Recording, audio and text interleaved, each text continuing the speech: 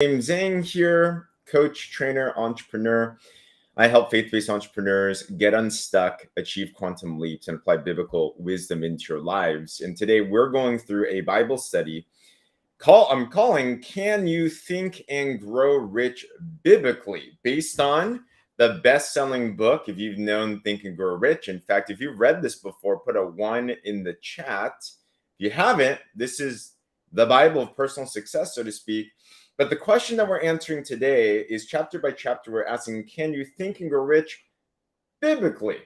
Is there principles? Are there truths? And the short answer is yes, but there's some things that we need to make sure that we follow wisely and correctly. And today we're going to talk about chapter 5, which is specialized knowledge. Good morning, everybody.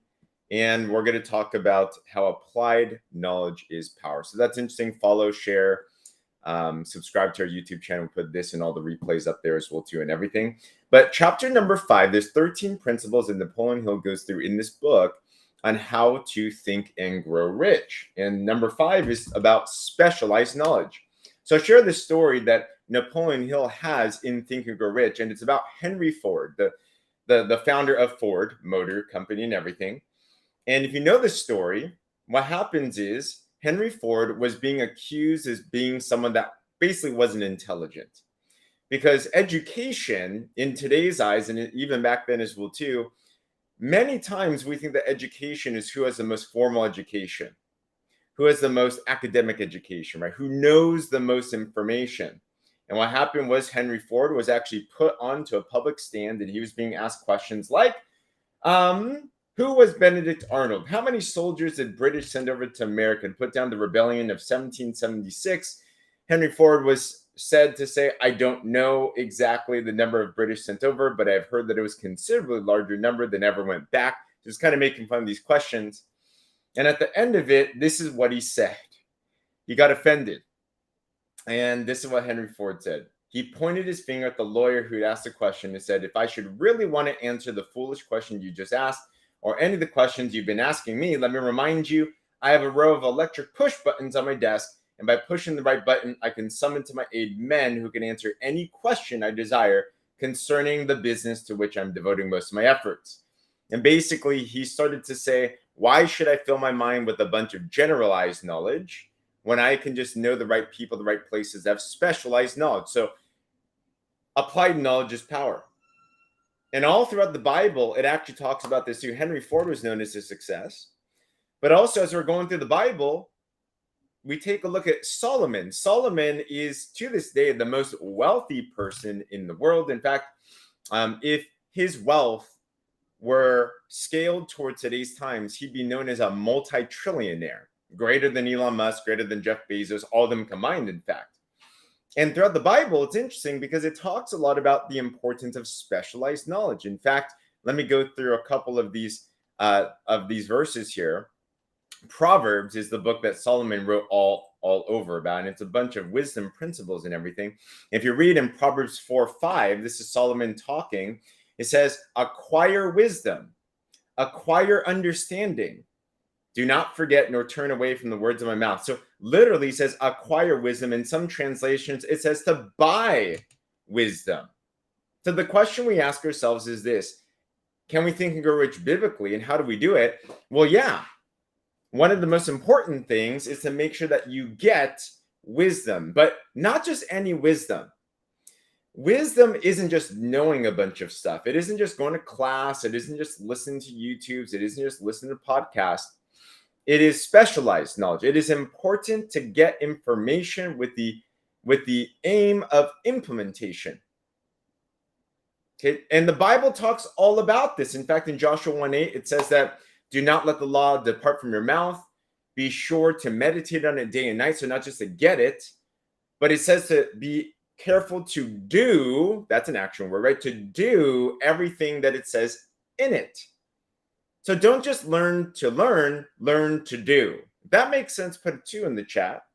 That makes sense, put a 2 in the chat, because this is how you can think and grow rich biblically. Get wisdom and do it. Now, also, this wisdom doesn't just have to come from you. In fact, Solomon understood this really wise. Okay, so if you read throughout First Kings, this is what's interesting, okay? You see King Solomon actually applying this wisdom himself? How to become a multi-trillionaire? Well, if you look in 1 Kings chapter 3, verse 5, it says, in Gibeon, the Lord appeared to Solomon in a dream at night, and God said, ask what you wish me to give to you. So literally, it's almost like the story of, I wonder if Aladdin got his story from this. But basically, God came to him in a dream and said, hey, whatever you want, like ask me, I'm going to grant your wish. How nice would that be, right? So this is what Solomon prayed for. So in 1 Kings 3, chapter 3, 9, it says, so give your servant an understanding heart to judge your people, to discern between good and evil, for who is capable of judging this great people of yours? He asked for wisdom. So I want to ask us this question today. How high of a level do we place on asking wisdom? Right? How important is that to us? Because if you know wisdom and you apply wisdom, that will lead you to prosperity. That'll lead you to blessing. That'll lead you to riches. I mean, the Bible promises these types of things if we know and we apply wisdom. One other thing that's interesting, you see later on in 1 Kings chapter 5, that King Solomon, when he's building the temple, if you know, one of the big things that he was charged to do in his life, and you know that each and every single one of us, you're not meant to do everything, but God does have a will for your life. Did you know that? God has a purpose. He's designed each and every single one of us with our gifts, talents, and opportunities to be able to do something. So one of the big things that was charged to Solomon, King David wanted to build a temple for God. And God literally said, no, that's not for you to do. It's for your son Solomon to do. So Solomon got charged with doing this work, as each and every single one of us have a certain work to do in this world. Did you know that? God said in Genesis 1, to be fruitful and multiply and rule the earth, have dominion. Right? So each and every single one of us in our businesses, in our lives, we've been charged. Did you know that you have a purpose for your life? You have things that God has given you the ability to be able to do. So one of those was building a temple. And this is what's interesting. When you take a look at 1 Kings chapter 5 and going into wisdom, acquiring wisdom, applying knowledge, what happens is Solomon wanted to build a temple. And instead of doing it himself, he got wise. He's like, well, let me go to people that know what to do. So he goes to a person called King Hiram of Tyre. And he basically says, hey, I want to build this temple and I need your help. So, okay. All right. He asked for expert advice. And he asked King Hiram, hey, basically I need trees, I need cedar, I need all the raw ingredients for the temple. I don't know what to do, but I know you know what to do. Can you help me with this? And guess what? He paid him great money. In fact, it says down here, all right. Solomon then gave Hiram 20,000 cores of wheat as food for his household. That's a lot. That's a lot. And the Lord gave wisdom to Solomon, promised that there would be peace and everything. Okay, so what principles here is we go back to Think and Grow Rich. We go back to specialized knowledge. The knowledge and the wisdom doesn't have to be just from you. Question: have you sought coaching? Have you sought mentors? Have you sought masterminds? One of the biggest realities and one of the biggest secrets of the rich and the successful is they realize that they don't have to know everything themselves.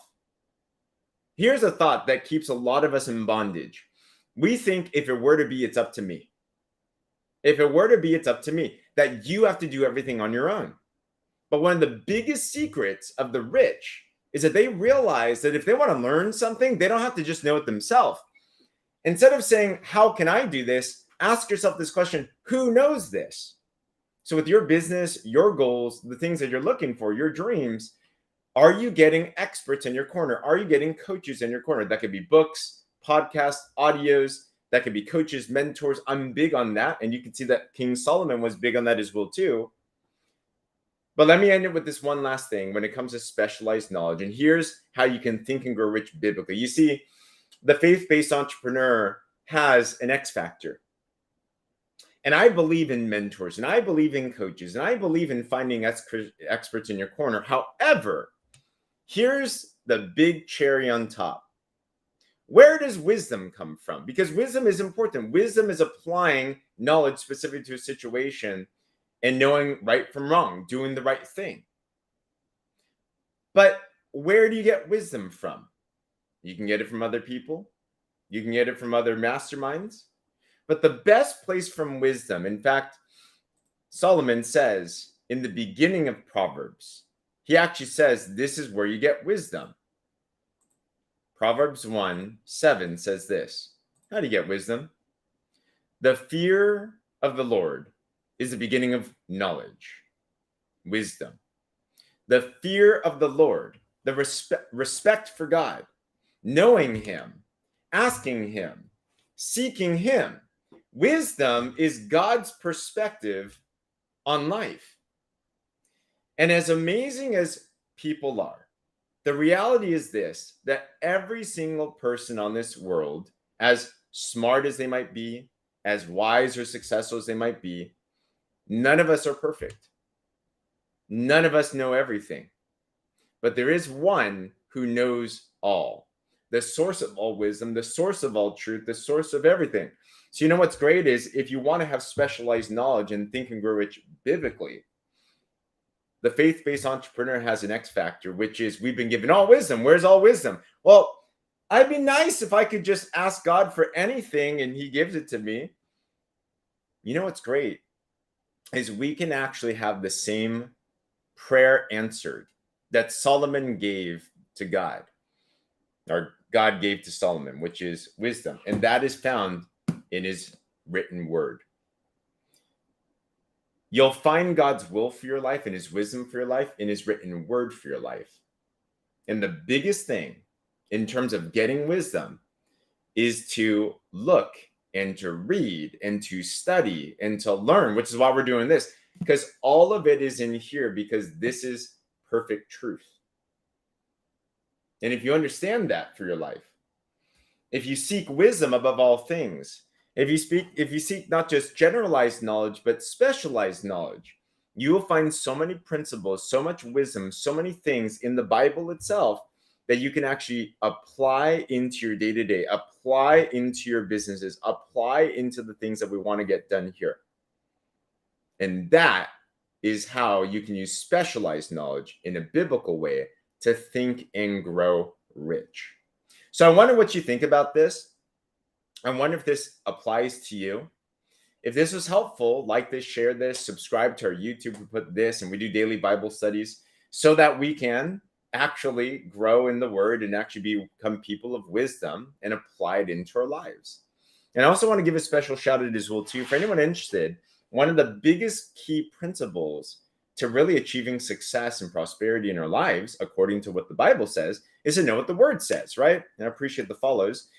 January 15th, we're going to be doing something special. I want to shout this out here. We're going to be going through a 7-day free life challenge that we're going to go through a biblically guaranteed formula that if you follow these principles, you are guaranteed to get unstuck and to achieve the impossible in your life.